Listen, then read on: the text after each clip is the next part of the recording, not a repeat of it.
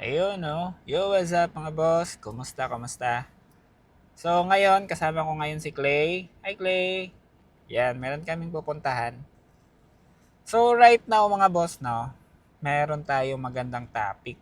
Ayun, so, ano ba yung mga ginagawa nyo or ano yung solusyon nyo sa mga customer na matagal magbayad?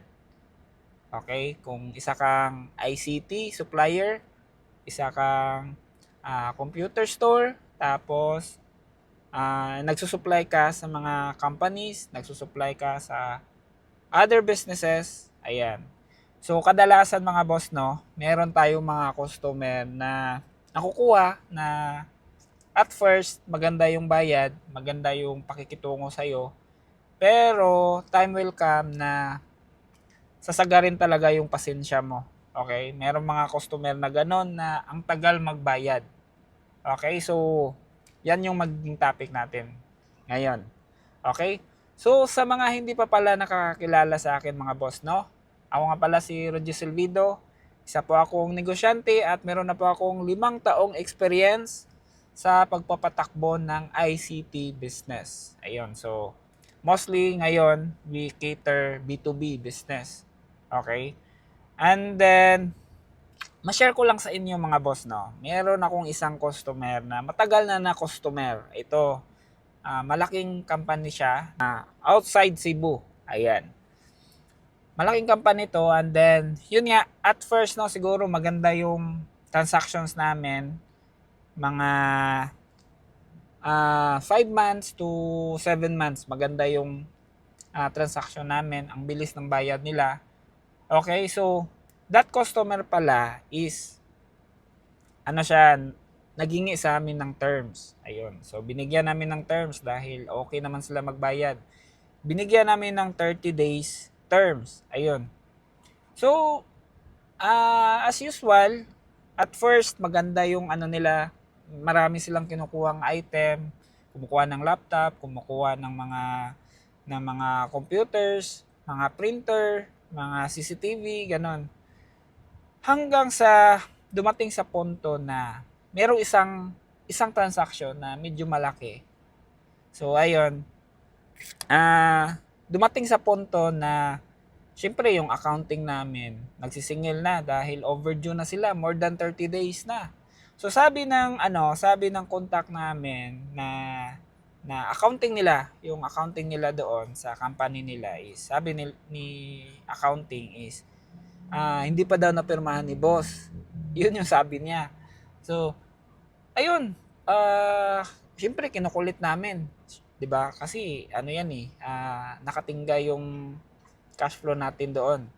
Okay, so after parang inaraw-araw namin siya for maybe mga 2 weeks. Yan, so inaraw-araw namin siya na follow up. Daily follow up talaga. And then ayun, napapansin namin na pinapasa-pasa kami sa ibang department. Una sa accounting, next sa purchasing, next sa manager, next sa supervisor, sa vice president. So, ano lang, merong commonality yung mga ano nila, yung mga reasons nila. O una, hindi napirmahan ng presidente nila, ng CEO. Yung CEO nila pumunta sa abroad, tapos ang tagal bumalik. Next is meron pa silang tinitrace sa accounting. Basta ano siya, napansin namin na dinidelay talaga nila yung bayad. Okay, so ayun lang, sad to say no na ang ganda ng ano namin, ang ganda ng relationship namin. But then it happened na ganon yung pakikitungo nila sa amin. Hindi namin yun control dahil napagtanto ko, no, ngayon na nagnegosyo na ako, napagtanto ko na there are big companies, big corporations na ganun yung laro talaga nila. That is their game to delay the cash flow. They wanted to delay the outgoing cash kasi mas maganda yon sa cash flow nila. Pero casualty doon is tayo na supplier. tayo yung nagiging casualty nila. Okay, so parang ginawa tayong cash flow ng other companies. Pero meron akong ginawang solusyon doon. At yan yung isi-share ko mamaya. Okay, so to cut the story short, ginawa namin yun ng solusyon. And then, ayun, nag-meet halfway kami ng company. And then, if hindi nila kayang gawin yung pinataw ko na parang solusyon sa problem na yon is okay lang sa amin na kahit na hindi sila order. Okay? So, yung pinaka-solusyon ko talaga dyan, mga boss, is after nilang nabayaran lahat ng, kunwari, umorder sila sa amin total of 50k, yan. After nilang nabayaran yon, meron na kaming kondisyon. Next. So, yung ginawa ko pala, it's either magka-cash sila, kasi tatanggalin ko yung tinanggal ko yung terms na 30 days. So, either magbayad ka ng cash, or kung ayaw mo magbayad ng cash, okay lang kahit na hindi ka mag-order. Okay? Yan yung una. Pangalawa is, either cash or magbabayad ka sa amin ng PDC. Post-dated check. Yan yung hinihingi ko sa kanila dahil mas sure yun na every time na hindi sila magbabayad on time, pabalik-balik namin yan. In-cash namin yan sa bank and then bahala na si bank sa kanila. Kasi every time na merong bouncing check, yung isang kumpanya, demerit yan sa kanila. Magiging negative record yan sa kanila. And ayaw yan ng mga company owners. Ayaw yan ng mga big companies dahil hindi sila makakautang sa bangko niyan.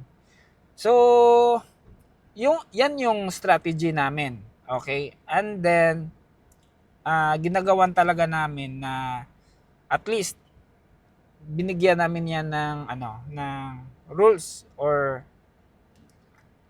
condition na bago mo yan makuha, bago kayo makabalik sa terms or bago kayo makabalik sa dati, dapat you should build your credibility to us, not the other way around. Dahil kami yung supplier kami yung nagsusupply sa inyo, and then if ayaw nyong sundin yung gusto namin, hindi okay lang na hindi kayo order sa amin, wala kami magawa doon. Hindi yun kawalan sa amin dahil para sa akin na ito isa sa pinaniniwalaan ko talaga na merong mga companies, merong mga customer na iti-take advantage ka if ikaw na company is very hindi ka mahigpit sa kanila.